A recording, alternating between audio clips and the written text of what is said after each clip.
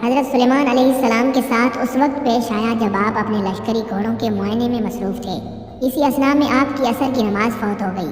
کیونکہ اس غفلت کا سبب گھوڑے بنے تھے، لہٰذا آپ علیہ السلام نے اپنے ان خوبصورت اور بیش بہا گھوڑوں کو ذبح کر دیا۔ حضرت سلیمان علیہ السلام نے جب اپنی سواری کے جانور قربان کر دیے تو اللہ تعالیٰ نے انہیں اس سے بہتر سواری عطا فرما دی اور ہوا کو مسخر کر دیا۔ ناظرین، حضرت سلیمان علیہ السلام اراکین سلطنت اور لشکر کے ہمراہ تخت پر بیٹھ جاتے اور جدھر آپ کا حکم ہوتا ہوائیں اسی طرف اتنی تیز رفتار سے لے جاتی کہ 1 مہینے جتنی مسافت صبح سے دوپہر تک ایک منزل میں طے ہو جاتی، اور پھر اسی طرح 1 مہینے کی مسافت دوپہر سے رات تک طے ہو جاتی۔ ابن ابی حاتم نے حضرت سعید بن جبیر رضی اللہ تعالیٰ عنہ سے نقل کیا ہے کہ تخت سلیمانی پر 6 لاکھ کرسیاں رکھی جاتی تھیں، جن پر حضرت سلیمان علیہ السلام کے ساتھ اہل ایمان انسان اور ان کے پیچھے اہل ایمان جنات بیٹھتے تھے۔ پھر پرندوں کو حکم ہوتا کہ وہ تخت پر سایہ کر لیں تاکہ آفتاب کی تپش سے تکلیف نہ ہو۔ ہوا اس عظیم الشان تخت کو اٹھا کر جہاں کا حکم ہوتا وہاں پہنچا دیتی۔ بعض روایات میں ہے کہ اس ہوائی سفر کے وقت پورے راستے حضرت سلیمان علیہ السلام سر جھکائے اللہ تبارک و تعالیٰ کے ذکر میں مشغول رہتے تھے۔ ناظرین، اللہ تعالیٰ نے جنات اور شیاطین کو بھی حضرت سلیمان علیہ السلام کے تابع اور فرما بردار بنا دیا تھا، جو نوکروں چاکروں کی طرح آپ کا ہر حکم بجا لاتے۔ وہ آپ علیہ السلام کے لیے سمندر کی تہہ سے قیمتی موتی ہیرے جواہرات نکال لاتے۔ حضرت سلیمان علیہ السلام کو بڑی اور خوبصورت عمارتیں بنانے کا شوق تھا، چنانچہ وہ آپ علیہ السلام کے حکم پر شاندار عمارتیں بناتے۔ اگر ان میں سے کوئی سرکشی کرتا تو حضرت سلیمان علیہ السلام اسے سزا دیتے اور زنجیروں میں جکڑ دیتے۔ قرآن کریم کی سورہ انبیاء میں ارشاد ہے، ہم نے بہت سے شیاطین بھی ان کے تابع کیے تھے جو ان کے فرمان سے غوطے لگاتے تھے، اور اس کے سوا بھی بہت سے کام کرتے تھے، اور ان کے نگہبان ہم ہی تھے۔ ناظرین، جنات میں بھی 2 طرح کے جنات تھے۔ ایک تو اہل ایمان تھے جو اپنے نبی کا ہر حکم مذہبی فریضہ سمجھ کر پورا کرتے، لیکن جو جن کافر تھے انہیں شیاطین کہا گیا۔ وہ اپنے کفر اور سرکشی کے باوجود حضرت سلیمان علیہ السلام کے تابع فرمان تو رہتے، لیکن ان سے نقصان کا بھی اندیشہ تھا، اس لیے اللہ تبارک و تعالیٰ نے حضرت سلیمان علیہ السلام کی ان سے حفاظت فرمائی۔ قرآن مجید کی سورہ سبا میں ارشاد باری تعالیٰ ہے، جو کوئی ان میں سے ہمارے حکم سے پھرے گا اس کو ہم آگ کا مزہ چکھائیں گے۔ مفسرین فرماتے ہیں کہ اللہ تعالیٰ نے ایک فرشتہ مقرر فرما دیا تھا جس کے ہاتھ میں آگ کا عصا ہوتا۔ جو جن حضرت سلیمان علیہ السلام کے حکم کی نافرمانی کرتا تو فرشتہ اسے وہ عصا مارتا، جس سے وہ جن جل کر بھسم ہو جاتا۔ ناظرین، قرآن مجید کی سورہ سبا میں ارشاد باری تعالیٰ ہے، اور ہم نے ان کے لیے تانبے کا چشمہ بہا دیا۔ اللہ تعالیٰ کی جانب سے حضرت سلیمان علیہ السلام کو عطا کیے گئے معجزات میں سے ایک پگھلے ہوئے تانبے کے وہ چشمے ہیں جن میں جنات بڑی بڑی دیگیں، برتن اور بحری جہاز تیار کیا کرتے تھے۔ تورات اور جدید تاریخی تحقیقات سے پتہ چلتا ہے کہ حضرت سلیمان علیہ السلام نے بڑے پیمانے پر بحری تجارت کا سلسلہ شروع کیا تھا۔ ایک طرف ان کے تجارتی جہاز بحر احمر میں یمن اور دوسرے جنوبی اور مشرقی ممالک کی طرف جاتے، اور دوسری طرف بحر روم کی بندرگاہوں سے ان کا بیڑا مغربی ممالک کی طرف جایا کرتا تھا۔ ناظرین، حضرت داؤد علیہ السلام نے بیت المقدس کی بنیاد اس مقام پر رکھی تھی جہاں حضرت موسیٰ علیہ السلام کا خیمہ نصب کیا گیا تھا۔ اس عمارت کے پورا ہونے سے پہلے حضرت داؤد علیہ السلام کی وفات کا وقت آ گیا تو آپ علیہ السلام نے اپنے فرزند ارجمند حضرت سلیمان علیہ السلام کو اس کی تکمیل کی وصیت فرمائی۔ چنانچہ حضرت سلیمان علیہ السلام نے جنات کو اس عمارت کی تکمیل کا حکم دے دیا۔ جب آپ علیہ السلام کی وفات کا وقت قریب پہنچا تو آپ نے دعا کی کہ آپ علیہ السلام کی وفات جنات پر ظاہر نہ ہو، تاکہ جنات عمارت کی تکمیل تک مصروف عمل رہیں اور انہیں جو علم غیبی کا دعویٰ ہے وہ باطل ہو جائے۔ پھر آپ علیہ السلام محراب میں داخل ہوئے اور حسب عادت نماز کے لیے اپنے عصا کے ساتھ ٹیک لگا کر کھڑے ہو گئے۔ جنات دستور کے مطابق اپنی خدمت میں مشغول رہے اور یہ سمجھتے رہے کہ حضرت سلیمان علیہ السلام زندہ ہیں، اور حضرت سلیمان علیہ السلام کا عرصہ دراز تک اسی حال پر رہنا ان کے لیے کچھ حیرت کا باعث نہیں تھا، کیونکہ وہ بارہا دیکھتے تھے کہ آپ علیہ السلام طویل مدت تک عبادت میں مشغول رہتے ہیں اور آپ علیہ السلام کی نماز بہت لمبی ہوتی ہے۔ اسی طرح آپ علیہ السلام کی وفات کے بعد ایک طویل مدت تک جنات آپ علیہ السلام کی وفات پر مطلع نہ ہوئے اور اپنے کام میں مشغول رہے، یہاں تک کہ دیمک نے آپ علیہ السلام کا عصا مبارک کھا لیا اور آپ علیہ السلام کا جسم مبارک جو لاٹھی کے سہارے سے قائم تھا زمین پر تشریف لے آیا۔ اس وقت جنات کو آپ علیہ السلام کی وفات کا علم ہوا، تب جنات پر یہ حقیقت کھل گئی کہ وہ غیب نہیں جانتے، کیونکہ اگر وہ غیب جانتے ہوتے تو حضرت سلیمان علیہ السلام کی وفات سے مطلع ہو جاتے اور اس ذلت و خواری کے عذاب میں نہ رہتے۔ حضرت عبداللہ ابن عمر رضی اللہ تعالیٰ عنہ سے مروی ہے کہ نبی اکرم صلی اللہ تعالیٰ علیہ وسلم نے فرمایا، جب حضرت سلیمان علیہ السلام نے بیت المقدس کی تعمیر کی تو انہوں نے اللہ تعالیٰ سے 3 باتوں کی دعا کی۔ پہلی یہ کہ اللہ تعالیٰ انہیں ایسی حکومت عطا فرمائے جو اللہ تعالیٰ کی بادشاہی کے مطابق ہو، بس انہیں ایسی ہی حکومت عطا فرما دی گئی۔ دوسری یہ کہ اللہ تعالیٰ انہیں ایسی سلطنت عطا فرمائے جو ان کے بعد کسی کو نہ ملے، بس انہیں ایسی ہی سلطنت عطا فرما دی گئی۔ پھر جب وہ مسجد اقصیٰ بنانے کے بعد فارغ ہوئے تو اللہ تبارک و تعالیٰ سے دعا کی، اے اللہ، جو شخص اس مسجد میں نماز پڑھنے آئے تو اسے گناہوں سے ایسے پاک فرما دے جیسے وہ اپنی ماں کے پیٹ سے پیدائش کے وقت گناہوں سے پاک تھا۔ امام ابن ماجہ نے بھی اس حدیث کو روایت کیا ہے اور اس میں یہ اضافہ کیا ہے کہ حضور نبی کریم صلی اللہ تعالیٰ علیہ وسلم نے فرمایا، دو چیزیں تو انہیں عطا ہوئیں اور میں امید کرتا ہوں کہ انہیں تیسری بھی عطا ہوئی ہوگی۔ ناظرین، اللہ رب العزت نے حضرت سلیمان علیہ السلام کو معجزے کے طور پر ایک انگوٹھی عطا فرمائی۔ اس انگوٹھی کو جنت سے اتارا گیا اور اسے سب سے پہلے حضرت داؤد علیہ السلام کے سپرد کیا گیا۔ پھر حضرت داؤد علیہ السلام کی وفات کے بعد یہ انگوٹھی ان کے بیٹے حضرت سلیمان علیہ السلام کی ملکیت میں آ گئی۔ احادیث مبارکہ کی روح سے یہ بات واضح ہے کہ حضرت سلیمان علیہ السلام کی انگوٹھی کے نگینے میں کلمہ طیبہ نقش تھا اور اس انگوٹھی کا رنگ آسمانی تھا۔ اس انگوٹھی کی تاثیر یہ تھی کہ انسان، حیوان، چرند، پرند، جن اور پریاں سب حضرت سلیمان علیہ السلام کے پاس کھینچے چلے آتے تھے۔ حضرت سلیمان علیہ السلام سرکار دو عالم صلی اللہ تعالیٰ علیہ وسلم کے نام کی انگوٹھی پہن کر امور سلطنت بڑے اچھے طریقے سے چلاتے تھے، اور جب یہ انگوٹھی ان کے پاس نہ ہوتی تو ان کے دل کو سکون اور اطمینان نہ ہوتا۔ حضرت سلیمان علیہ السلام کی وفات کے بعد یہ انگوٹھی غائب ہو گئی۔ ایک دفعہ حضرت سلیمان علیہ السلام نے سیدون نامی ایک شہر پر حملہ کیا، کیونکہ وہاں کے بادشاہ کے فتنوں کے متعلق آپ کو خبر پہنچی تھی۔ اس جنگ میں حضرت سلیمان علیہ السلام کے لشکر کو فتح نصیب ہوئی اور اس بادشاہ کو قتل کر دیا گیا۔ مال غنیمت کے ساتھ بادشاہ کی بیٹی بھی حضرت سلیمان علیہ السلام کے سامنے پیش کی گئی۔ حضرت سلیمان علیہ السلام کی دعوت پر وہ عورت مسلمان ہو گئی اور آپ نے اس سے نکاح کر لیا۔ نکاح کے کئی عرصوں بعد بھی وہ اپنے باپ کو نہ بھلا سکی اور وہ اس کی یاد میں بہت غمگین رہا کرتی تھی۔ جنات نے اس کے باپ کی شکل کا ایک بت بنا دیا جسے دیکھ کر وہ اپنا دل مطمئن کر لیا کرتی تھی۔ کچھ ہی دن گزرے کہ اس کی کنیزوں اور قوم کی عورتوں نے اس بت کی پوجا شروع کر دی اور حضرت سلیمان علیہ السلام کے مال میں ہی خفیہ طور پر بت پرستی کا آغاز ہو گیا، جو تقریباً 40 دن تک جاری رہا۔ آخر کار حضرت سلیمان علیہ السلام کے وزیر آصف بن برخیہ کو اس کا علم ہو گیا۔ اس نے آپ علیہ السلام کو اس عمل کی خبر دے دی۔ حضرت سلیمان علیہ السلام بہت برہم ہوئے اور غصے میں آ کر اس بت کو توڑ دیا۔ آپ علیہ السلام نے اس عورت کو سزا کے طور پر اپنے مال سے نکال کر شہر بدر کر دیا اور سجدے میں گر کر اللہ رب العزت سے معافی طلب کرنے لگے۔ لیکن اللہ تبارک و تعالیٰ نے آپ کی اس غفلت کی وجہ سے آپ کو ایک آزمائش میں مبتلا کر دیا۔ حضرت سلیمان علیہ السلام کے پاس جو انگوٹھی تھی اسی کی وساطت سے آپ جن و انس پر حکومت کرتے تھے۔ ابن عساکر اور امام حیثمی کی روایتوں کے مطابق وہ انگوٹھی چاندی کی تھی اور اس کا نگینہ آسمان سے آیا تھا اور اس میں یاقوت جڑا ہوا تھا۔ یہ انگوٹھی حضرت سلیمان علیہ السلام کی نبوت اور حکمت کی علامت تھی۔ حضرت موسیٰ علیہ السلام کے عصا مبارک کی طرح حضرت سلیمان علیہ السلام اس انگوٹھی کے ذریعے امور سلطنت اچھے طریقے سے چلاتے تھے۔